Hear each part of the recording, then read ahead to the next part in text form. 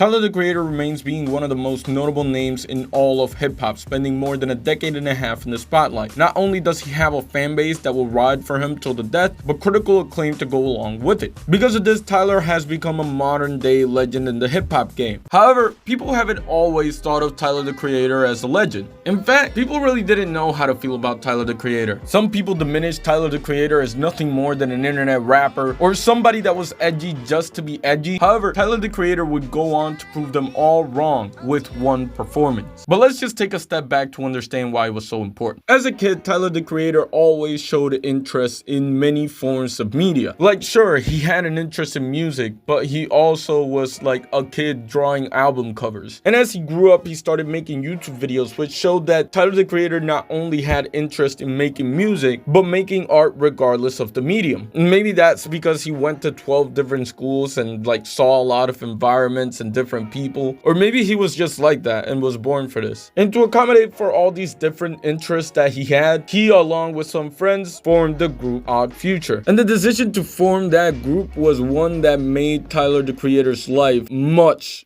better as a result. And initially, Odd Future didn't really take off. It was just another group on the internet. However, as you can imagine, a group that was into filmmaking, producing, writing, and of course music would heavily get pushed in an algorithm as the 2000s turned into the 2010s. Whether it was YouTube, MySpace, Tumblr, or whatever other blogs that may have been lost to time, the creative process of Odd Future really fit the meta of the internet in 2010. In fact, not only did it fit the meta of the internet in 2010, it also fit the meta of hip-hop in 2010. The late 2000s was a time in hip-hop where hip-hop transitioned from physical mixtapes to the digital scene. From DatPiff to MySpace to Tumblr, rappers were beginning to get a buzz on the internet rather than on the streets. It was a new way of putting the power of who gets famous on the consumer rather than the labels or the radio DJs or whoever it may be. Through this era, we saw the rise of rappers like Kid Cudi, Wiz Khalifa, Big Sean, J. Cole, and almost all of those rappers that blew up in the late 2000s. And you can help me blow up if you press that subscribe button. I know,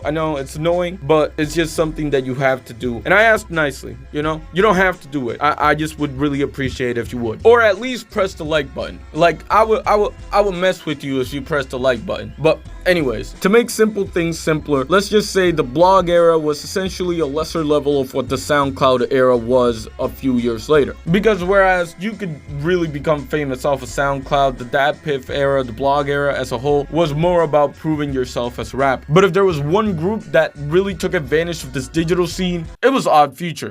We're in a supercar for a day. It turns out that having a variety of skill sets was exactly what a group needed to succeed in this new era of hip-hop and this era of the internet as a whole. Interest in filmmaking coupled with music ability and the youthfulness in their personalities made Odd Future a lifestyle for many of those who were on the internet in the early 2010s. Not only were they making waves as a collective, but as individuals as well. And though much can be said about the other members of Odd Future, especially Frank Ocean and Earl Sweatshirt, there was no bigger name at the time than that of Tyler, the Creator. And most of hip-hop didn't really know what to think of him. Even though hip-hop was progressing in terms of the rappers they were letting in and succeeding, Tyler, the Creator was really in a weird spot. At the time, it wasn't like he was making the most emotional music ever. So it wasn't like a Kid Cudi type of situation, and he wasn't necessarily the most lyrical, able rapper. So it wasn't like a Lupe Fiasco, oh, he's a nerd, but he can really rap type of situation either. And the introduction of Tyler, the Creator to many hip-hop fans was none other than Yonkers. The release of Yonkers shook up hip-hop in more than one way. Firstly, the music video, kind of crazy. Now, I'm sure you all know, but just in case you need a reminder, the video is all in black and white, and it goes in and out of focus, kind of to represent Tyler losing it. He like puts on a noose and shit. And last but not least, the most controversial part of this video is that Tyler, the Creator, eats a cockroach. In terms of the lyrics though, that would be a whole different thing because a lot of people hated the lyrics. Of course, there's a lot of random disses in the song, so some people took offense to the disses, like B.O.B., who released a whole diss track in response. Some just took it more positively and made a joke about it, like Bruno Mars. But then again, it wasn't all hate. Snoop Dogg rocked with him. Kanye really loved Yonkers. And perhaps the biggest stamp of approval in Tyler's young career was that of Jimmy Fallon's invite to the late night show. Performing the song Sandwiches With a little help from the Roots, please welcome Tyler, the Creator, and Haji Beats from Odd Future!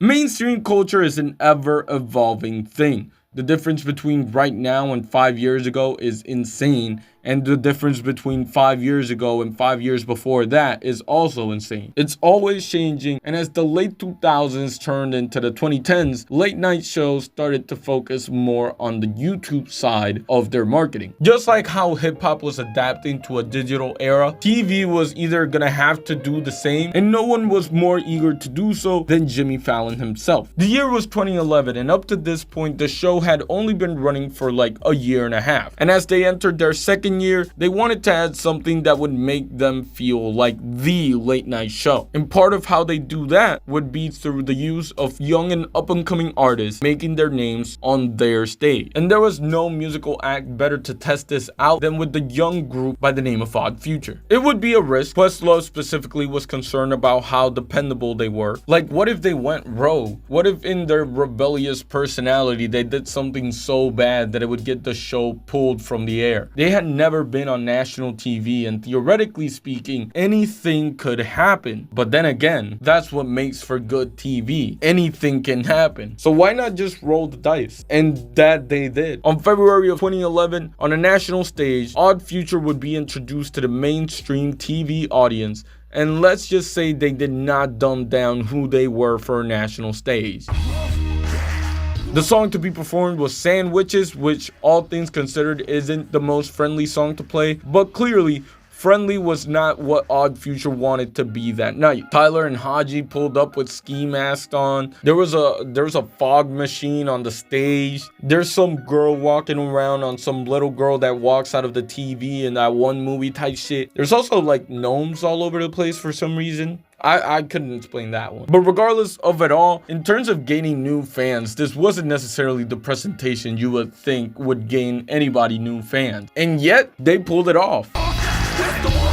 From the energy on stage to off the stage to involving Jimmy Fallon and the guests on the performance, this was one of the best late night show performances I have ever seen. It wasn't something that would like make you cry necessarily, like it wasn't emotional. Hell, I'd even understand if you weren't a fan of this performance, but what you cannot convince me is that this wasn't a fun time. You had Tyler running around all over the place. He jumps on Jimmy Fallon at the end for a piggyback ride. You have Mos Def in here for some reason yelling swag. Everyone was excited, and everyone that took part in this performance loved it. And it's kind of hard not to love it as an audience member looking at how much fun they're having. Going back to Questlove, he said that he was so overwhelmed with joy that he called up Jay-Z and told him about how Odd Future was the new Wu-Tang Clan. And honestly, walking out of that night, everybody became a winner. According to Jimmy Fallon, it's one of those performances that he holds dear to his heart. And as the decade continued, it's hard to say that Jimmy Fallon's late night show didn't go on to become the most relevant and most important late night show in a sea of late night shows. And on the other side, it's hard to say that Odd Future wasn't the most iconic group of the decade, at least hip-hop wise. And honestly, the best way to put this and simplify everything and wrap this up is to say that the rest was history. But this was a special night.